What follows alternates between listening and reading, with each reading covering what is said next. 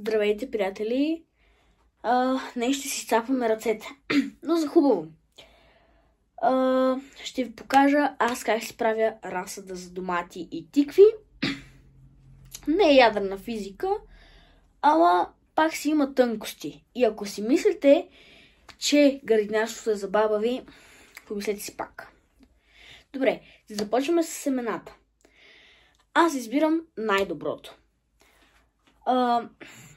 Доматите трябва да са едри, розови и толкова вкусни, чак да не стигат до салатата. Защото като ги режеш, то вече си ги изял, докато ги сложиш в салатата.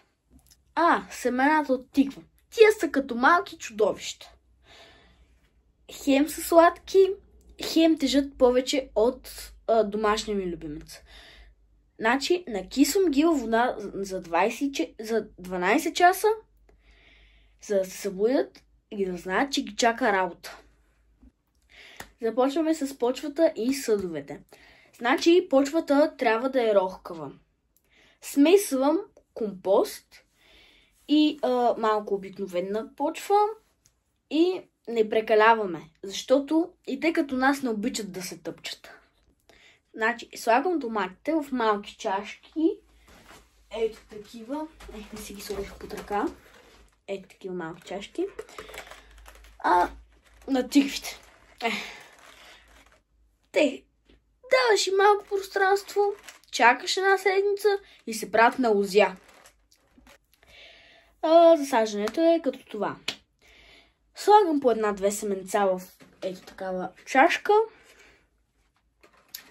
След това заривам с пръст, напръсквам с вода, не като порой, а като ситен, нежен, пролетен дъжд. И там романтика трябва да има. После ги оставам на топло място, например на прозореца вкъщи, заето е с разсад. И това е. Разсадът е готов. Чувството градинарско, балконът ми надмина джунгла. Ако това видео ви е харесало, цъкнете по едно лайкче, абонирайте се и отивам да полея малките, защото и те са като бебета, само че не реват. Чао! Като за последно да кажа.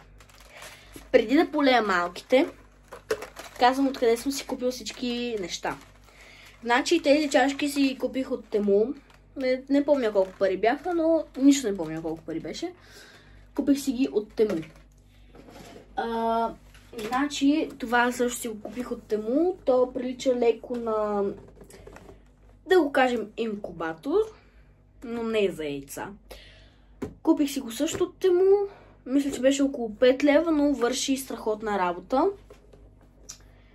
И мисля, че само това си купих за градина, разсад. И до тук. Отивам да полея малките. Айде!